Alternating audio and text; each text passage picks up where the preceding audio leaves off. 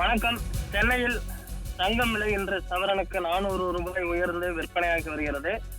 இதனால் முதலீட்டாளர்கள், இல்லத்தரசிகள், நகைப்பிரியர்களுக்கு ஒரு அதிர்ச்சிகரமான செய்தியானது இன்று கிடைத்திருக்கிறது.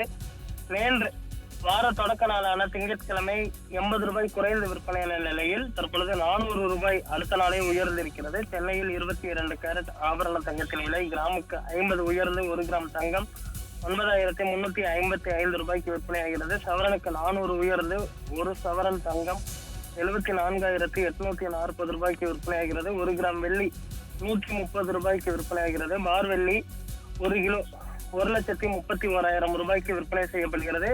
வெள்ளியின் விலை நேற்றுடன் ஒப்பிடுகையில் இன்றைய தினம் குறைந்து விற்பனையாகிறது. ஆனால் தங்கத்தின் விலை உயர்ந்திருக்கிறது. நாளை மறுதினம் வெள்ளிக்கிழமை 3 தினங்கள் அடுத்தடுத்த முகூர்த்த நாட்கள், நாளைய தினம் விநாயகர் சதுர்த்தி உள்ளிட்ட பண்டிகைகள் நாடு முழுவதும் கோலாகலமாக கொண்டாடப்பட இருக்கிறது.